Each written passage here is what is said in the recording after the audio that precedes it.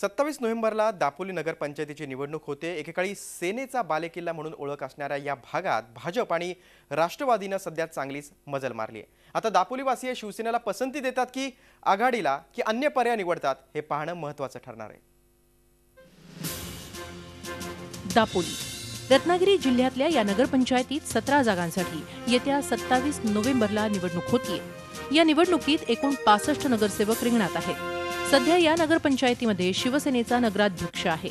गेल्या 5 वर्षात सुरुवातीला 2.5 वर्ष काँग्रेस राष्ट्रवादीची सत्ता होती, मात्र त्यानंतर भाजप राष्ट्रवादीचे 2 नगरसेवक फुटले आणि शिवसेनेचा नगराध्यक्ष झाला। एकेकाळी सेनेचा बालेकिल्ला म्हणून ओळख असलेल्या दापोलीत भाजप आणि राष्ट्रवादीनं सध्या चांगलीच मजल मारली आहे। या निवडणुकीत भाजप, शिवसेना, मनसे स्वबळावर तर काँग्रेस राष्ट्रवादीची आघाडी झाली आहे। रामदास कदम यांचे पुत्र योगेश कदम यांच्याकडे या नगरपंचायतीची जबाबदारी देण्यात आली आहे।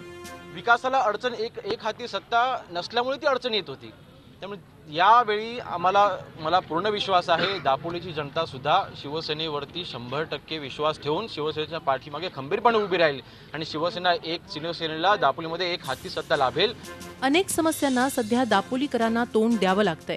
मागच्या निवडणुकीत राष्ट्रवादी काँग्रेसला सर्वाधिक जागा मिळवता आल्या होत्या। यावेळी काँग्रेस राष्ट्रवादीची आघाडी झाली आहे। राष्ट्रवादीचे आमदार संजय कदम यांची या ठिकाणी प्रतिष्ठा पणाला लागली आहे। गेल्या कित्येक वर्षांमध्ये 16 वर्षात एकही गार्डन जे जुनं डॉक्टर बाबासाहेब आंबेडकरचं गार्डन सोडलं तर छोटी पर्यटक एक दिवस या ठिकाणी विश्रांती करू शकतो। आणि म्हणून विकासाच्या मुद्द्यावरती ही पूर्ण निवडणूक या ठिकाणी लढवणार आहोत। मतदार निश्चित आम्हाला खात्री आहे की या ठिकाणी आम्हाला मतदान करतील।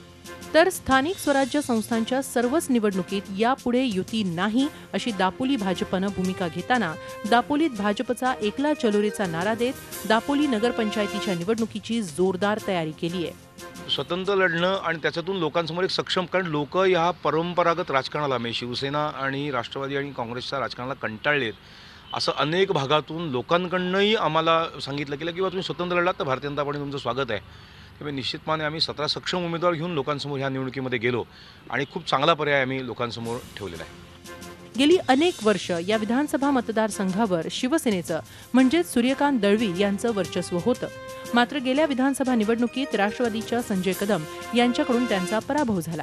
आता शिवसेना नेते रामदास कदम यांनी ही निवडणूक प्रतिष्ठेची केली आहे। या मतदारसंघातून आमदारकीसाठी रामदास कदम त्यांचे चिरंजीव योगेश कदमांचं प्रमोशन करतायत। त्यामुळे आता दापोलीचे विद्यमान आमदार संजय कदम विरुद्ध रामदास कदम असा सामना रंगलाय। त्यात आता कोण बाजी मारतं हे पाहणं औत्सुक्याचं ठरणार आहे।